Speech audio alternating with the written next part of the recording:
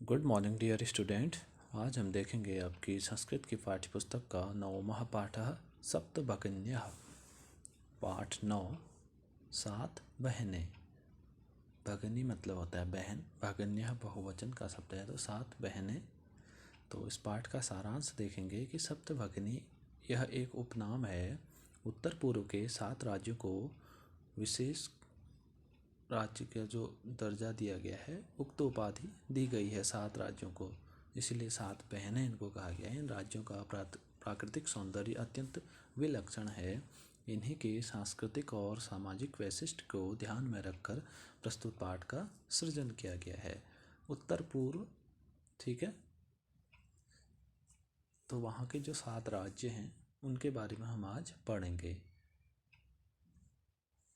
East और north के जो 7 राज्य हैं, तो आइए देखते हैं क्या है इसमें। अध्यापिका पढ़ा रही है पाठ में, बच्चों को बताएगी। सुप्रभातम कह रही है, गुड मॉर्निंग।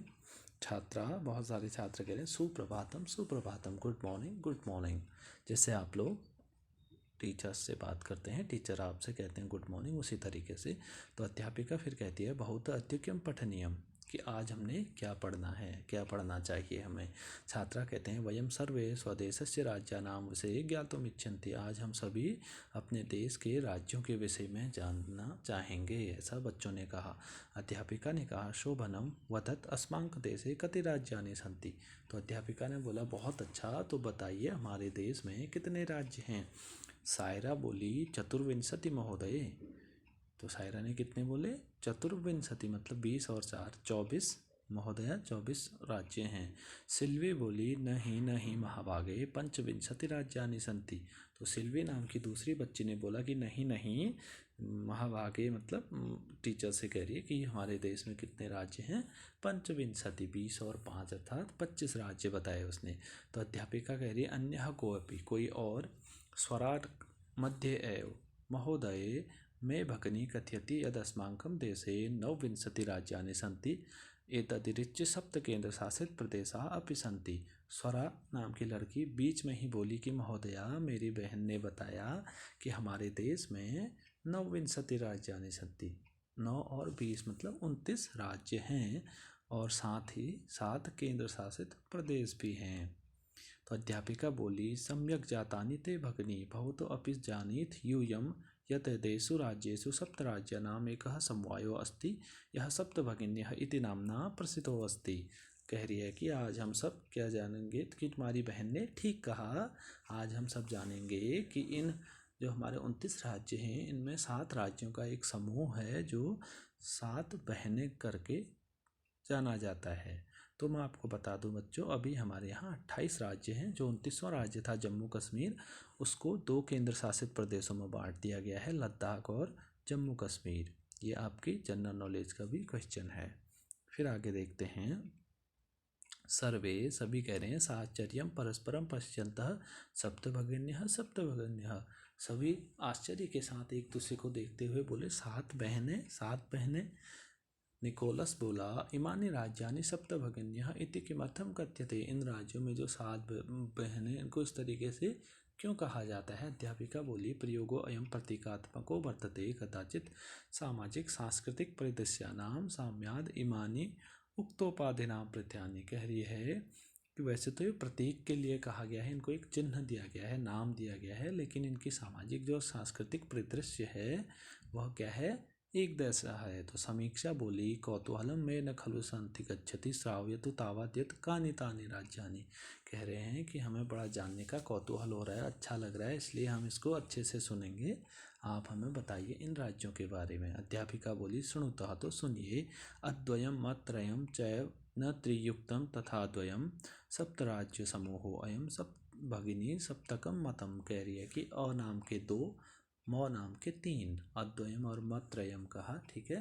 मौ नाम के 3, चय मतलब और, न त्रियुक्त तथा द्वयम, कह रही कि 9 और त्रि के योग से 2 राज्य बने, तो टोटल कितने हो गए, ये 7 हो गए। सप्त राज्य समूहम सप्ति भगिनी सप्तकम मतम, इस तरीके से 7 राज्यों का समूह 7 बहनें कहलाता है। फिर आगे कह रही है इत्थं भगिनी सप्तके इमानि राज्यानि सन्ति अरुणाचल प्रदेशः असमः मणिपुरम मिजोरम मेघालय नागालैंड त्रिपुरा च इति। यद्यपि क्षेत्र परिमाणे इमानि लघूनि वर्तन्ते तथापि गुण गौरवदृष्ट्या बृहत्तराणि प्रतीयन्ते। कह रही कि इन जो ये अद्वैय मद्वैय तरीके से उसने एक श्लोक के माध्यम से उनको बताया ये कौन है 7 राज्य, अरुणाचल प्रदेश, असम, मणिपुर, मिजोरम, मेघालय, नागालैंड और त्रिपुरा।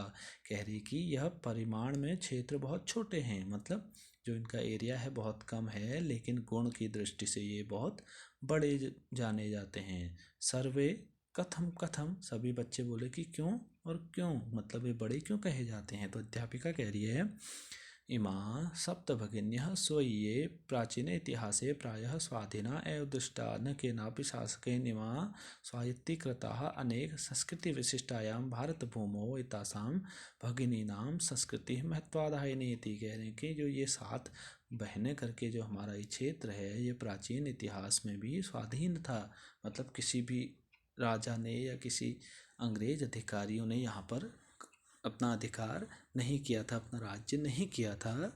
और कह रहे हैं कि जो इनकी संस्कृति है वो विशिष्ट है, जो भारत भूमि की एक अलग पहचान बनाती है, उसमें एक इनका अलग महत्व है।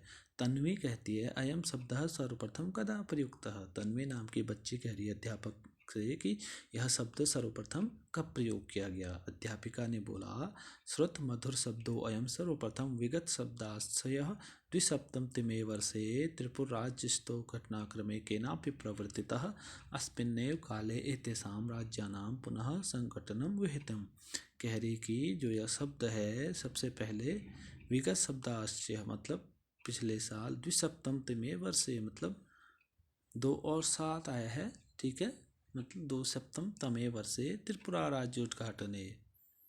जब आज से 207 साल पहले त्रिपुरा राज्य का क्या था उद्घाटन हो रहा था, उस समय यह सप्तभगिनी नाम से इसका प्रयोग किया गया। स्वरा बोली अन्यत किमपि वैशिष्ट्यम अस्ति तेषां, और इनकी किस लिए इनकी विशेषता है, क्या इनकी विशिष्टता है। अध्यापिका बोली नूनम अस्ति एव पर्वतः वृक्ष पुष्पः प्रभृतिभिः प्राकृतिक संप्रति सुसमृद्धीनां सन्ति इमानि राज्यानि भारतवर्षे च पुष्पः स्तबक सदृशानि विराजन्ते तानि। कह रही कि नूनम अस्ति एव, जरूर इनकी कोई और विशेषता है। इनके पर्वत, वृक्ष, पुष्प और जो भी यहाँ की प्रकृति है वो सब क्या है, समृद्ध हैं। और ये भारत वृक्षे च पुष्प स्तबक सदृशानि, ये भारत रूपी वृक्ष में पुष्प फूल के गुच्छे के समान विराजित हैं। जैसे भारत देश एक वृक्ष है तो यह उसके फूलों का गुच्छा है। ये 7 राज्य। राजीव कह रहा है भवती गृहे यथा सर्वाधिक रम्या मनोरमा च भगिनी भवती तथैव भारत गृहे अपि सर्वाधिका रम्या इमा सप्तभगिनी सन्ति।